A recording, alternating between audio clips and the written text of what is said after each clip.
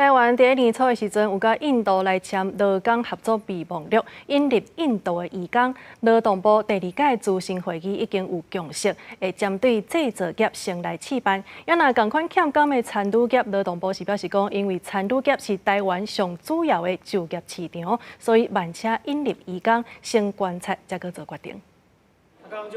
登出巡逻时翕的相片，互业者确定状况。原本机器人唔但会当伫旅馆或者是病院做接待工作，佮会当巡逻，甲乌白走入来的人赶走，好整会当用伫更较精准的服务顶端，降低人类的一个劳务量。哦，举例说，像比如说目前一个人一天工作下来可能需要走5公里，那 maybe 他可能只剩下走1公里。 AI 甲劳动部长柯明春活动推荐引流，台湾未少科技业者投入研发 AI 人工智慧，希望各产业应征。高雄餐饮大学初三透早邀请相关学界举办出色论坛，讨论餐饮业智慧化甲欠卡缺的问题。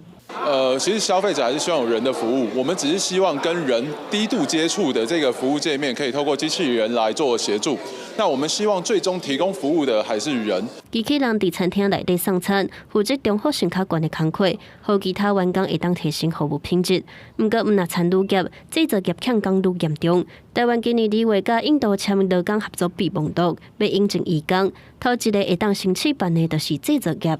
移工开始，目前还是所谓的补充性原则，我们还是以国人的就业为优先嘛，哈，就是说，国人真的找不到的啊，我们所谓的3K 产业，哦，那你给他合理薪资还是找不到人，哦，我们这个才会开放。 根据国发会研究，台湾到2030年劳动人口会减少大约100万人。移工虽然可能会当解决欠工，嘛互人烦恼会冲击个人的就业市场。柯明春强调，像餐饮等服务业，因为是个人主要的就业市场，要达成更较大的强势竞争，要考虑引进移工。记者综合报道。